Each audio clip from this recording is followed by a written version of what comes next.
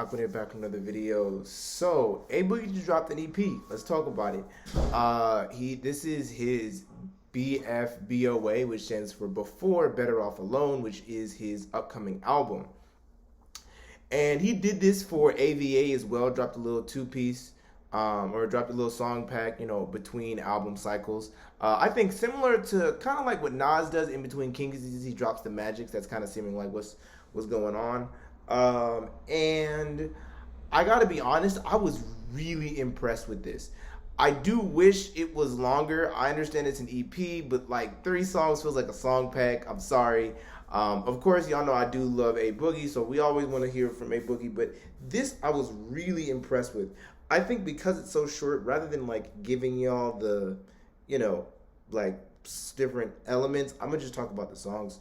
So Her Birthday was a really cool guitar ballad, pretty toxic lyrics, honestly, where he talks about, where he kind of talks about like sort of being over engaging with this whole, talking to girls, getting involved, situationships kind of lifestyle.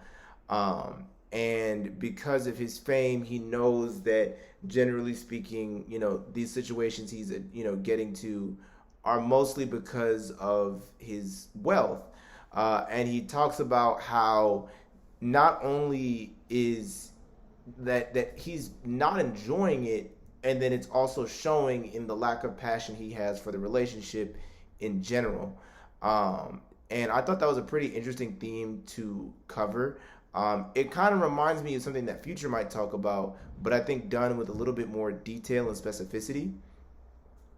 And so I really enjoyed that song from a writing standpoint. And again, it was a solid guitar ballad song. I love this like very intentional thing that A Boogie is doing recently. You saw it kind of on AVA, or Me Versus Myself, where it's like the chorus will be one very clear vocal tone, and then the verses will be something very different. And he does that on this song. I think it's done a bit better on a different song, in which I'll get into. But he does that on this song, where it's like the separation between the chorus and the, verses is very different. And I really, really liked that. The bars were also pretty good, but it mostly felt like a pretty honest, almost journalistic storytelling track about his sort of lack of motivation to even be in a relationship. Next song was Booby Trap, and this was my favorite song. I love when people rap. I love when people rap well, and A Boogie is just going off on this song. Probably the densest rhyme schemes I have ever heard from A Boogie. And just line after line. My personal favorite was definitely some about I think it was like if I get you a Cuban, does that mean we link? But there was just so many different lines on here that were just so fire, and the flow was quick time hitting. It was very, very good from a lyrical standpoint. And because of the nature of the one-liners and also the more upbeat vocal tone that he had, the music, it's more of a bouncy, more of like a hit, more mainstream, or at least for me, like more of like that casual listening, like I could just get motivated to this and get active to this. And his rapping performances, this is one of the strongest rapping performances from a writing standpoint that I've like heard. And then Did Me Wrong was a snippet we heard on I think Kai Cenat's Instagram, where it appears like he's dissing TJ.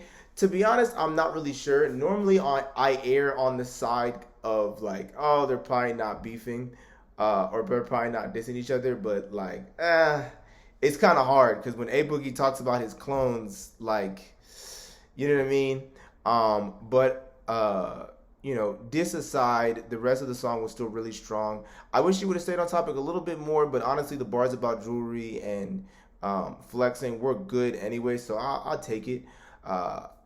And the way he was going into his story about, how he really gave his heart to this person, was really quite heartfelt and really enjoyable. You could tell that like this was somebody who A Boogie, thought it was gonna go well with, uh, and it kind of just fell apart.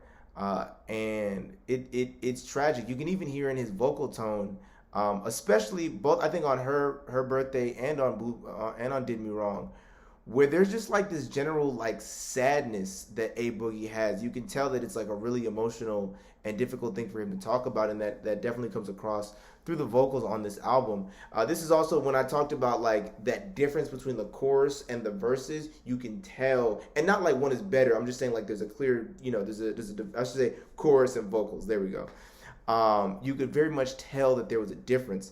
And I will say this: this was going to be a short, but I did want to speak on this because I think that this EP is a little bit deeper than you think, and this is why I actually turned it into a video.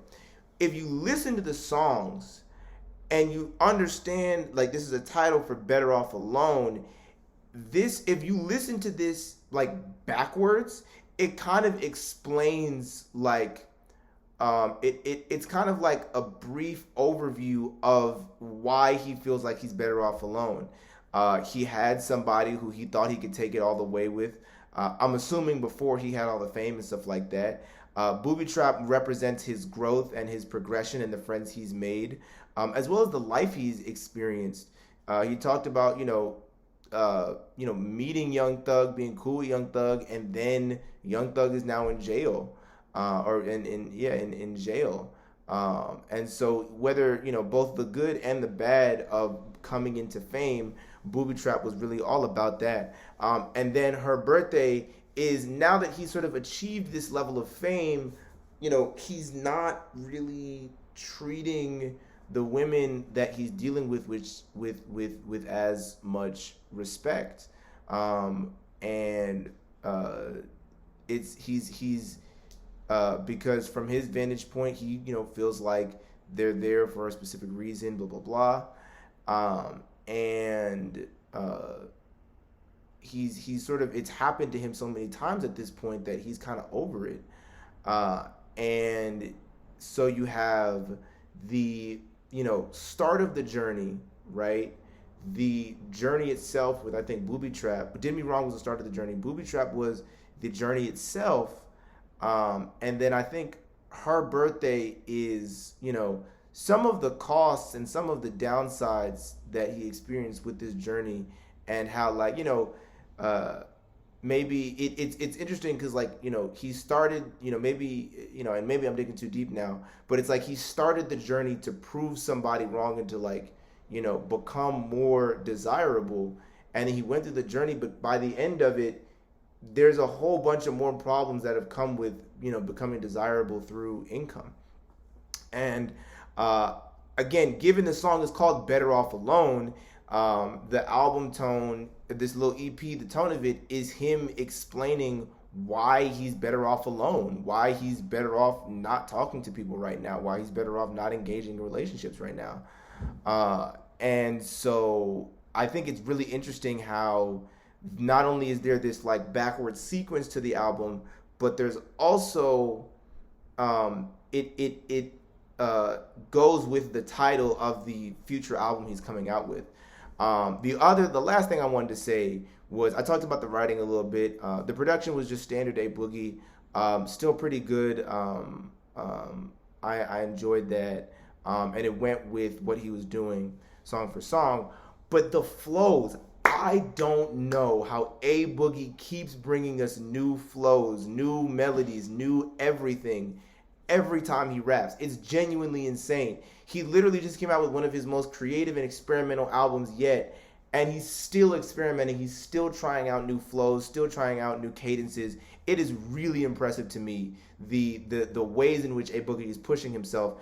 And I don't want to say that A Boogie has fallen off in any way, but I really hope that people are paying attention to the progression of this artist, because I don't think it's going to be long until we start having those discussions about A Boogie in the top 20, A Boogie in the top 30 of New York.